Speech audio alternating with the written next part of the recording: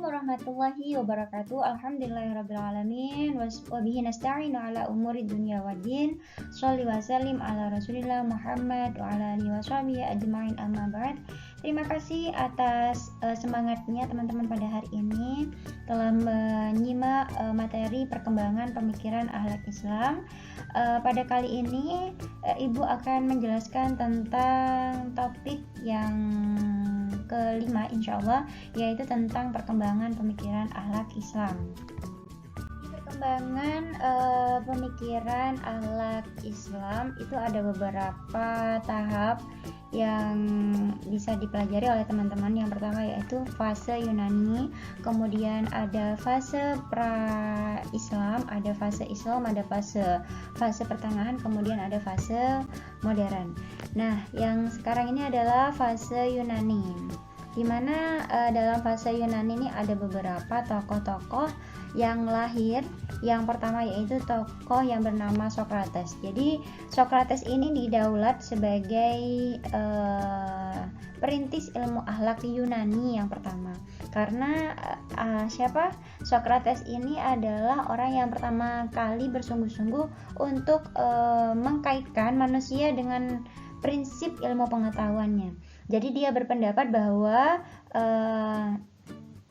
akhlak kaitannya dengan manusia harus didasarkan pada ilmu pengetahuan. Jadi keutamaan itu terdapat pada ilmu pengetahuan. Oleh karenanya tidak heran jika kemudian bermunculan beberapa pendapat yang berkaitan dengan tujuan akhlak, walaupun namanya itu disandarkan pada Sokrates gitu. Dan selanjutnya ada tokoh Chinich ya, dan Chironich. Jadi pada masa 444 sampai 370 sebelum Masehi, di mana tokoh itu adalah tokoh pengikut Sokrates, tapi ajaran keduanya itu bertentangan. Di antara ajarannya yaitu tokoh itu mengatakan bahwasanya Tuhan dibersihkan dari segala kebutuhan dan bahwa sebaik-baiknya manusia adalah mereka yang memiliki perangai akhlak ketuhanan. Jadi akhlak ketuhanan ini adalah seorang berpendapat bisa meminimalisir kebutuhan dan terbiasa dengan hidup menderita. Jadi ia menganggap kekayaan itu adalah sebuah kehinaan dan menjauhi segala kelezatan, terbiasa dengan kemiskinan dan lain sebagainya. Akan tapi kalau yang Chinich itu berbeda pendapat dengan Chironix, malah kebalikannya, kebahagiaan itu terletak pada upaya menghindari kelezatan gitu. Jadi kalau Chinich itu berpendapat bahwa kebahagiaan terletak pada upaya menghindarkan kelezatan, sedangkan Chironix itu berpendapat bahwa kebahagiaan itu justru terletak pada upaya mencari kelezatan. Nah, selanjutnya ada tokoh yang bernama Plato.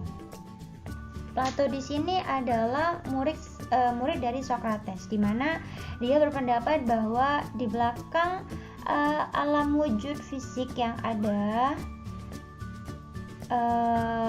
itu ada alam lain yang bersifat rohani. Jadi ada alam yang bersifat metafisika, dan setiap benda yang berjasad itu mempunyai gambar yang tidak berjasad di dalam rohani. Plato juga mengatakan bahwasanya di dalam jiwa itu ada berbagai kekuatan yang berlainan, dan keutamaan timbul dari keseimbangan kekuatan yang tunduk pada akal gitu. Selanjutnya yaitu Aristoteles.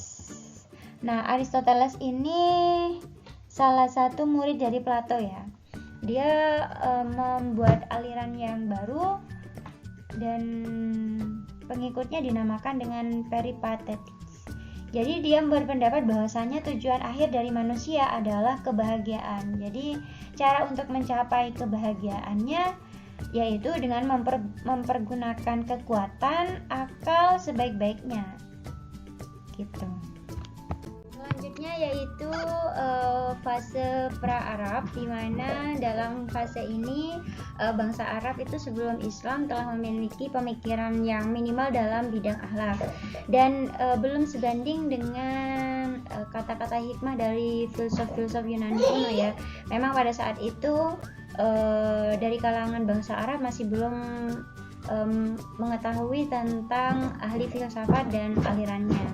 Jadi hanya ada orang-orang arif bijaksana dan kemudian ada ahli-ahli syair yang menganjurkan untuk berbuat kebaikan dan melarang untuk berbuat keburukan. Nah, setelah Islam datang, muncullah beberapa keyakinan bahwasanya Allah itu adalah sumber dari segala sesuatu yang ada di muka bumi ini. Gitu. Selanjutnya yaitu fase Islam, di mana dalam fase Islam itu tidak diragukan lagi bahwa Nabi Muhammad adalah guru yang terbesar dalam bidang akhlak. Bahkan dalam Al-Quran itu disebutkan diutusnya Nabi Muhammad itu untuk menyempurnakan akhlak. Akan tetapi tokoh yang menggagas atau menulis ilmu akhlak dalam Islam itu masih diperbincangkan. Nah, ada yang mengatakan bahwasanya tokoh yang menggagas ilmu Al-Quran itu adalah Ali bin Abi Thalib.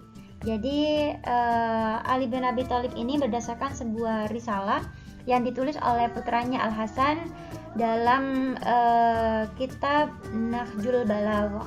Kemudian ada yang mengatakan tokoh yang kedua adalah Ismail bin Mahran Abu An-Nazar Asy-Syaukuni. Jadi ulama abad kedua, ia menulis kitab Al-Mu'min wal Fajr. Jadi kitab ini adalah kitab yang pertama kali dikenal dalam Islam. Kemudian ada lagi tokoh yang lainnya yaitu Abu Dzar Al-Ghifari, Amr bin Yasir, Naufal Al-Bakali. Nah, selanjutnya pada abad ketiga itu ada tokoh Ja'far bin Ahmad Al-Kumi yang menulis kitab Al-Mani'at min Dukhul Jannah gitu. Selanjutnya ada Ibnu Masgawi yang menulis kitab Tahzibul Akhlaq wa Tahdhil al-A'rab. Fase pertengahan. Jadi pada fase pertengahan ini kehidupan masyarakat Eropa pada abad ini dikuasai oleh gereja ya. Pada waktu itu gereja berusaha memerangi filsafat Yunani serta menentang penyiaran ilmu dan kebudayaan kuno gereja yang berkeyakinan bahwa kenyataan hakikat itu telah diterima dari wahyu. Jadi apa yang diperintahkan oleh wahyu itu tentu benar, oleh karena itu tidak ada artinya lagi penggunaan akal dan penelitian. Nah, di sini ada pemuka yang termasyhur dalam abad pertengahan yaitu Abelard dan Thomas Aquinas.